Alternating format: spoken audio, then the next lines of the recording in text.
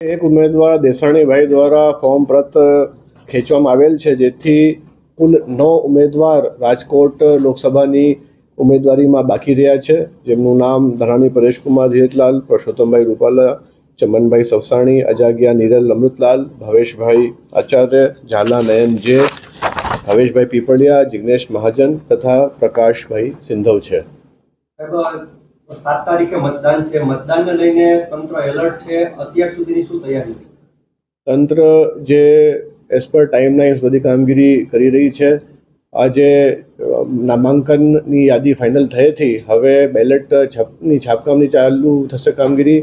અત્યારે આપણે જે સેકન્ડ રેન્ડમાઇઝેશન જે છે સ્ટાફ જે પોતાનું વતન કે ઓફિસની એસીમાંથી બીજી જગ્યા ફરજ બજાવવામાં આવે એના માટે રેન્ડમાઇઝ કરવામાં આવે છે. એ પ્રક્રિયા પણ માનનીય ઓબ્ઝર્વરશ્રીની હાજરીમાં કાલે પૂર્ણ થઈ હતી અને આ તબક્કાવાર કામગીરી મતદાન માટે ચાલુ કરી દેવામાં આવી છે.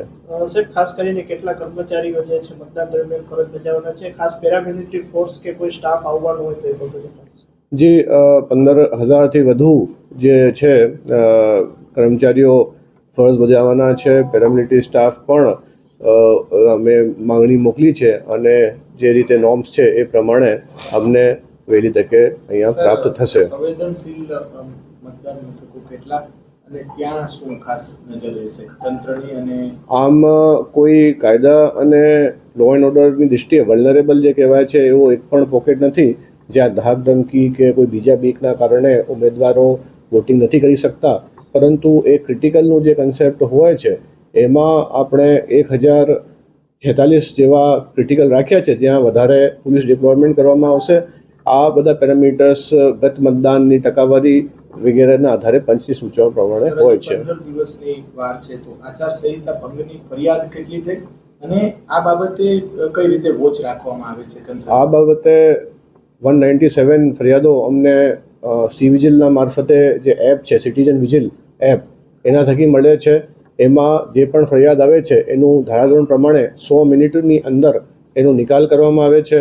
આ સિવાય જે અમારું ટોલ ફ્રી નંબર છે 1950 ત્યાં પણ જે ફરિયાદો આવે છે એનું પણ નિકાલ સમયમર્યાદામાં કરવામાં આવી રહ્યું છે. ક્યાંક એવો મુદ્દો ચર્ચાઈ રહ્યો છે કે જે આચારસંહિતા ભંગની ફરિયાદ કરે છે તેમના ખાતા ફ્રીઝ થઈ જાય છે, એવી વાત છે.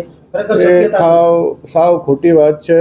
પોતાનો મોબાઈલમાં જૂનું વર્ઝન એપનું હોય અથવા તો કોઈ અપડેટ ડાઉનલોડ ન કરેલું હોય એ માટે આ 3-4 વ્યક્તિઓ દ્વારા એવી ફરિયાદ કરવામાં આવી હતી. એમને સમુચિત ગાઈડ કરવામાં આવ્યું હતું અને તાત્કાલિક એ સમસ્યાનું દૂર થઈ ગઈ હતી. કેટલી ફરિયાદ થઈ છે અત્યાર સુધીમાં આચારસંહિતા ભંગની અને શું કાર્યવાહી કરી?